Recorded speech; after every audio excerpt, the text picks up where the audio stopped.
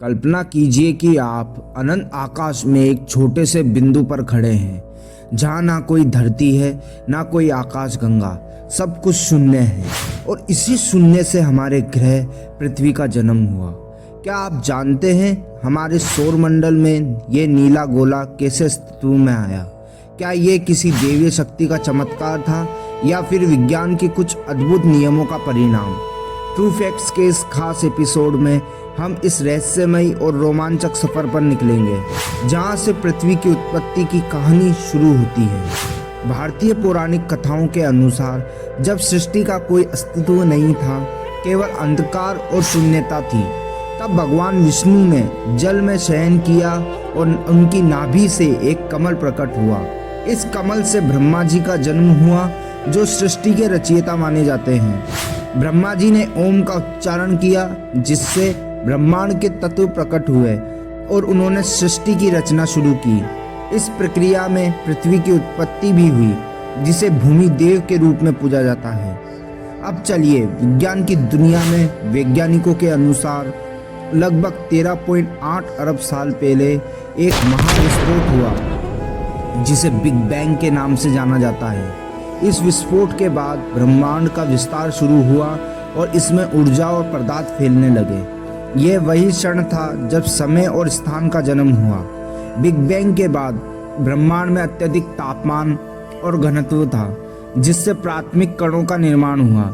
जैसे जैसे ब्रह्मांड का विस्तार हुआ, तापमान घटने लगा और परमाणुओं का निर्माण हुआ।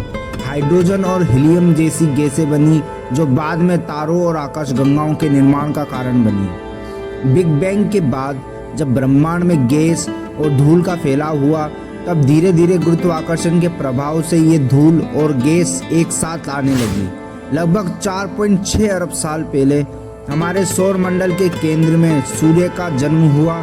सूर्य के आसपास के पदार्थ गुरुत्वाकर्षण के कारण घूमने लगे और धीरे धीरे ठोस पिंडों का निर्माण हुआ, जो बाद में ग्रह बने। हमारे सौर मंडल में 8 ग्रह हैं, जिनमें से पृथ्वी तीसरे स्थान पर स्थित है। इसकी स्थिति इसे गोल्डीलॉक्स जोन में रखती है, जहाँ ना तो बहुत अधिक गर्मी होती है और ना ही बहुत अधिक ठंड, जिससे जीवन के लिए अनुकूल परिस्थितियाँ बनी। जब पृथ्वी का निर्माण हुआ, तब ये एक जलता हुआ गोला थी। इस स्थिति को हेडियन युग कहा जाता है, जो लगभग 4.5 अरब साल पहले की बात है। इस समय पृथ्वी पर कोई ठोस सतह नहीं थी, केवल पिघला हुआ लावा और गहन गर्मी थी। पृथ्वी के इस प्रारंभिक काल में इसके वायुमंडल में कार्बन डाइऑक्साइड, सल्फर डाइऑक्साइड और अन्य जहरीली गैसें थी, जो जीवन के लिए अनुकूल नहीं थी। इसके अलावा पृथ्वी पर उल्कापिंडों की बौछार हो रही थी, जिससे यह और भी गर्म हो रही थी। पृथ्वी के प्रारंभिक इतिहास में एक महत्वपूर्ण घटना हुई, जिसने इसे हमेशा के लिए बदल दिया। वैज्ञानिकों का मानना है कि जब पृथ्वी का निर्माण हो रहा था, तब एक मंगल के आकार का पिंड, जिसे थिया कहा जाता है, पृथ्वी से टकराया। इस टक्कर के परिणाम स्वरूप पृथ्वी के एक हिस्से से सामग्री निकलकर अंतरिक्ष में बिखर गई। समय के साथ ये सामग्री एक साथ जुड़कर हमारे चंद्रमा का निर्माण हुआ। चंद्रमा का निर्माण पृथ्वी के लिए एक महत्वपूर्ण घटना थी, क्योंकि इससे पृथ्वी के घूर्णन की गति स्थिर हुई और दिन रात की लंबाई तय हुई। इसके अलावा चंद्रमा के गुरुत्वाकर्षण ने समुद्र में ज्वार भाटा का निर्माण किया, जो बाद में जीवन के विकास में महत्वपूर्ण भूमिका निभाया। समय के साथ पृथ्वी धीरे धीरे ठंडी होने लगी और इसकी सतह पर ठोस परत बनने लगी। इस प्रक्रिया में लाखों साल लगे और अंततः पृथ्वी की भारी परत, जिसे क्रस्ट कहा जाता है, का निर्माण हुआ। उल्कापिंडों की बौछार के साथ साथ जल वाष्प और अन्य गैसों का उत्सर्जन हुआ, जो बाद में पृथ्वी के वायुमंडल का हिस्सा बना। जब पृथ्वी और ठंडी होने लगी, तब इस जल वाष्प ने पानी की बूंदों के रूप में संघनित होकर पृथ्वी की सतह पर गिरना शुरू किया। इससे महासागरों का निर्माण हुआ, जो जीवन के विकास के लिए महत्वपूर्ण था। महासागरों के निर्माण के बाद पृथ्वी पर जीवन के लिए अनुकूल परिस्थितियां बनने लगी। वैज्ञानिकों का मानना है कि सबसे पहला जीवन समुद्रों में सूक्ष्म जीवों के रूप में उत्पन्न हुआ।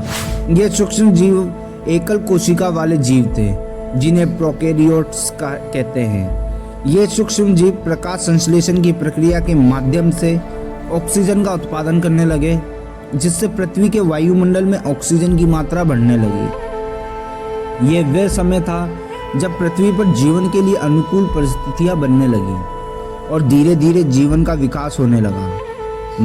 पृथ्वी की सतह पर टेक्टोनिक प्लेट्स मौजूद हैं जो लगातार हिलती डुलती रहती हैं। ये प्लेट्स पृथ्वी के अंदरूनी भाग की गर्मी के कारण गतिशील होती हैं। इन प्लेट्स की गतिविधियों के कारण महाद्वीपों का निर्माण हुआ। प्रारंभिक काल में पृथ्वी पर सभी महाद्वीप एक साथ जुड़े हुए थे, जिसे पेंजिया कहा जाता है। लेकिन समय के साथ ये महाद्वीप टूटकर अलग अलग भागों में बंट गया और आज के महाद्वीपों का निर्माण हुआ।